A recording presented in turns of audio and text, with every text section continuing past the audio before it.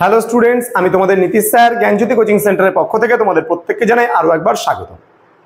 তো স্টুডেন্টস, আজকে আমি তোমাদের সঙ্গে একটা অতি গুরুত্বপূর্ণ বিষয় নিয়ে আলোচনা করব। সেটা হচ্ছে কৌটিল্যের অর্থশাস্ত্রের মানে তোমার যে গুরুত্ব কি রয়েছে। এখানে NEP first semester major 1 history নিয়ে আজকে আলোচনা করব। ক্লাসটি শুরু করার পূর্বে তোমাদেরকে বলবো, যারা এখনো চ্যানেলটিকে সাবস্ক্রাইব করোনি তারা অবশ্যই চ্যানেলটিকে সাবস্ক্রাইব করে পাশে থাকা বেল আইকন অল প্রেস করে দাও। তোমরা জানো তোমাদের ফার্স্ট সেমিস্টারে তোমাদের টোটাল দুটো পেপার রয়েছে, একটা মেজর 1 একটা মেজর 2। আজকে মেজর 1 নিয়ে আলোচনা করব এবং মেজর 1 এর অতি গুরুত্বপূর্ণ একটা topic, what is the historical significance of Kautilya's Arthashastra. এটা ইউনিট নাম্বার 2 থেকে 3 মার্কসের জন্য অতি গুরুত্বপূর্ণ। তো ক্লাসটি শুরু করার পূর্বে তোমাদেরকে বলবো, তোমরা যদি অনলাইনে আমাদের কাছে অ্যাডমিশন নিতে চাও তাহলে অবশ্যই যোগাযোগ করতে পারো। আমাদের অফিসিয়াল নাম্বার 6295916282 এবং 7076398606 নম্বরে। তোমাদের টোটাল কোর্স ফি 999, যারা মেজর রয়েছে বা যাদের অনার্স রয়েছে তাদের 999, এবং যারা প্রোগ্রাম বা পাসে রয়েছে তাদের 499 রুপিস পুরো কোর্স ফি। তো দেরি কিসের, আজই যোগাযোগ করো আমাদের সঙ্গে, আমাদের জ্ঞানজ্যোতি কোচিং সেন্টারে। চলো শুরু করছি আজকের ক্লাসটা। প্রথমত আমি বলি যে অর্থশাস্ত্র আছে, এই অর্থশাস্ত্রের রচয়িতা কিন্তু কৌটিল্য বা চাণক্য, যার আসল নাম ছিল বিষ্ণুগুপ্ত। তো কৌটিল্য বা চাণক্য বা বিষ্ণুগুপ্ত কে ছিল?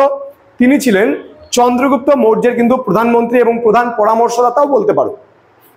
তো স্টুডেন্টস, কৌটিল্যের অর্থশাস্ত্র প্রাচীন ভারতের ইতিহাস রচনার বা প্রাচীন ভারতের ইতিহাস জানার জন্য যদি আমরা কোনো মূল্যবান তথ্যর যদি সন্ধান করি তাহলে কিন্তু সেটা কৌটিল্যের অর্থশাস্ত্র। অর্থাৎ বিশেষ করে মৌর্য যুগের ইতিহাস জানার জন্য কিন্তু এক অমূল্য সম্পদ যদি বলি তাহলে কিন্তু কখনোই ভুল বলা হবে না কৌটিল্যের অর্থশাস্ত্রকে। তো কৌটিল্যের অর্থশাস্ত্র থেকে আমরা বহু বিষয় জানতে পারি মৌর্য যুগের। কোন কোন বিষয়গুলো জানতে পারি? বেসিক্যালি এখানে লেখা আছে মৌর্য যুগের ভূমি রাজস্ব ব্যবস্থা বা ভূমি বিন্যাসের কথা জানতে পারি আমরা। দেন আমরা কৃষি উৎপাদন ব্যবস্থা, মানে মৌর্য যুগে কোন কোন কৃষি উৎপাদন ব্যবস্থা হতো বা কোন কোন ফসল উৎপাদন হতো সেগুলো ব্যাপারে জানতে পারি। জমি কেমন ছিল না ছিল, কিসের মাধ্যমে চাষাবাদ হতো, ডিটেলসে কিন্তু আমরা পাই কিন্তু কৌটিল্যের অর্থশাস্ত্র থেকে। তারপরে সেচ ব্যবস্থা সম্পর্কে, কোথা থেকে জল নিয়ে কিভাবে সেচ ব্যবস্থা হতো সেটাও কিন্তু আমরা কৌটিল্যের অর্থশাস্ত্র থেকে পাই। দেন বলছে কারিগরি শিক্ষা অর্থাৎ টেকনোলজি সেই সময়কার, সেটা থেকে কিন্তু মানে কারিগরি ইঞ্জিনিয়ারিং বা টেকনোলজি কি ইউজ হতো সেই সময় সেটা সম্পর্কে আমরা ডিটেলসে জানতে পারি। দেন ধাতু বিদ্যা সম্পর্কে আমরা ডিটেলসে জানতে পারি।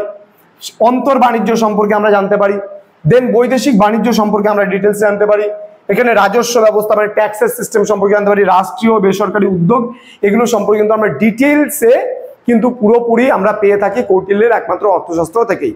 তাহলে মৌর্য যুগের ইতিহাস জানার জন্য এক অমূল্য সম্পদ আমরা বলতে পারি এই কৌটিল্যের অর্থশাস্ত্র। এছাড়াও আমরা মৌর্য যুগের আরো বেশ কিছু বিষয় সম্পর্কে জানতে পারি। সেটা হলো মৌর্য যুগের রাজনীতি সম্পর্কে জানতে পারি, সেখানকার পররাষ্ট্রনীতি কেমন ছিল সেটা সম্পর্কে জানতে পারি, বর্ণাশ্রম প্রথা কেমন ছিল সেই সময়, বানপ্রস্থ, গাহস্থ, সন্ন্যাস, এই যে ব্রহ্মচর্যাশ্রম, গাহস্থ, বানপ্রস্থ, সন্ন্যাস, এই 4টা আশ্রম সেগুলো সম্পর্কে আমরা জানতে পারি। ধর্ম রিলিজিয়াস পলিসি কেমন ছিল, বিবাহ ব্যবস্থা কেমন ছিল, অনুলোম প্রতিলোম ম্যারেজ থেকে শুরু করে 8 ফর্মস অফ ম্যারেজ সম্পর্কে আমরা ডিটেলস জানতে পারি। দেন নারীর অধিকার আমি তোমাদেরকে পড়িয়েছি, নারীর অধিকার সম্পর্কে 6 মার্কসের জন্য খুবই গুরুত্বপূর্ণ এই টপিকটা। পারিবারিক জীবন বা পরিবার সম্পর্কে, পরিবারগুলো কেমন ছিল মৌর্য যুগে সেটা সম্পর্কে আমরা জানতে পারি। এখানে দাস প্রথা কতটা কঠোর ছিল সেটা সম্পর্কে আমরা জানতে পারি।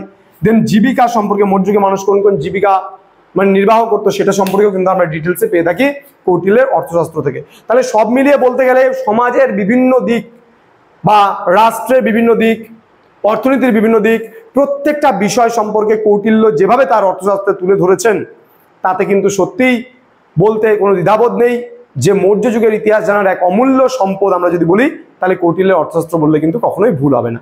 তো স্টুডেন্টস, এই ছিল আজকের ক্লাস, এতটুকুই ছিল আজকের ক্লাসটি। তো ক্লাসটি শেষ করার পূর্বে তোমাদেরকে বলবো তোমরা অবশ্যই ভিডিওগুলো লাইক, কমেন্ট, শেয়ার, সাবস্ক্রাইব করো, বন্ধুদের সঙ্গে শেয়ার করো এবং আমাদের কাছে অনলাইনে যুক্ত হতে চাইলে আজই যোগাযোগ করো আমাদের জ্ঞানজ্যোতি কোচিং সেন্টারে। তো তোমাদের সঙ্গে দেখা হচ্ছে খুব তাড়াতাড়ি পরবর্তী ক্লাস নিয়ে। তোমরা প্রত্যেকেই ভালো থেকো, সুস্থ থেকো। Thank you so much, thanks for watching after all, thank you.